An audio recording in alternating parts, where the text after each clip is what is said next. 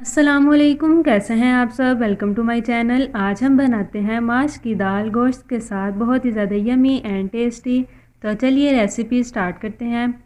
सबसे पहले गोश्त को गलने के लिए रखते हैं। मेरे पास 1 kg गोश्त है और इसी के साथ ही टमाटो, सब्ज़ मिर्चें और साथ में लहसुन। इस दाल के अंदर लहसुन ज़्यादा ऐड करते हैं। स्पाइसेस में मेरे पास है नमक, हल्दी पाउडर, रेड चिली पाउडर, 2 से 3 अदद लौंग, साथ में 1 पीस दालचीनी का। सिर्फ गोश्त के मुताबिक ही इसमें स्पाइसेस ऐड करने हैं। प्याज अब इस टाइम पे शामिल नहीं करना है। 1 मग पानी ऐड करेंगे और इसे स्टीम के ऊपर रखते हैं तकरीबन 15 मिनट्स के लिए, ताकि गोश्त अच्छे से गल जाए। और जब तक गोश्त गलता है तब तक दूसरी साइड के ऊपर रखते हैं दाल को गलने के लिए। एक देगची के अंदर पानी ऐड कर लेते हैं ताकि पानी अच्छे से बॉईल हो जाए। मेरे पास पहले ही बॉईल पानी था, इसलिए इसके अंदर जल्दी ही उबाल आ जाएंगे। अब इसमें ऐड करते हैं 1/2 table spoon salt, 1/2 table spoon हल्दी पाउडर। दाल के मुताबिक इसमें स्पाइसेस ऐड करेंगे। गोश्त के अंदर गोश्त के मुताबिक, दाल के अंदर इसके मुताबिक। और इसी के साथ मेरे पास दाल है 1/2 kg। गोश्त मेरे पास 1 kg था। बगैर छिलके वाली ये दाल है। इसे तकरीबन मैंने 20 मिनट्स के लिए भिगो के रखा है। जितनी देर ये भिगी रहे उतनी ही जल्दी ये गल जाती है। एक दफ़ा सिर्फ इसके नीचे चम्मच हिलाएंगे ताकि ये अच्छे से मिक्स हो जाए। ज़्यादा दाल के नीचे चम्मच नहीं हिलाते, फिर वो जल्दी गलती नहीं। अब इसे डाम पे रख देंगे। तकरीबन ये 20 मिनट्स का टाइम लेगी और ये अच्छे से गल जाएगी, लेकिन इसे हमेशा मीडियम फ्लेम के ऊपर ही गलने के लिए रखते हैं। और जब तक दाल अच्छे से गलती है, एक साइड के ऊपर कर लेते हैं प्याज को ब्राउन। कढ़ाई के अंदर ऐड करेंगे तकरीबन 2 कप के करीब ऑयल, क्योंकि दाल ज़्यादा ही ऑयल लेती है। और इसी के साथ मेरे पास है प्याज, 2 से 3 अदद प्याज थे जिसे मैंने स्लाइसिस में कट किया है। और इसे ब्राउन होने के लिए रख देते हैं। लाइट गोल्डन ब्राउन करेंगे। दाल बहुत ही ज़्यादा यमी बनती है। आपने वीडियो का एंड तक लाजमी वॉच करना है। तो ये देखिए तकरीबन 20 मिनट्स हो चुके हैं। अब दाल को भी चेक कर लेते हैं।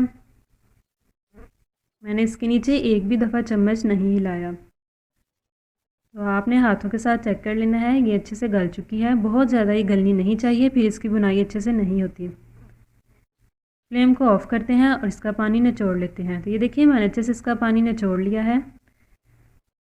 प्याज भी ब्राउन हो चुका था। मैंने इसे एक प्लेट में निकाल लिया है। थोड़ा सा उसके अंदर ही रहने दिया। अब इस ऑयल के अंदर गोश्त की बुनाई करेंगे। तो गोश्त भी 15 मिनट्स के बाद इसे चेक करते हैं। देखिए अच्छे से सॉफ्ट हो चुका है, बस गर्म बहुत ज़्यादा है। इस बचे हुए ऑयल के अंदर गोश्त की बुनाई कर लेंगे। तो देखिए गोश्त मैंने इसमें ऐड कर लिया है। थोड़ी सी वीडियो बाय मिस्टेक मुझसे मिस हो चुकी थी। बहुत ही अच्छे से इसकी बुनाई करनी है, बिल्कुल भी इसके अंदर स्मेल ना रहे।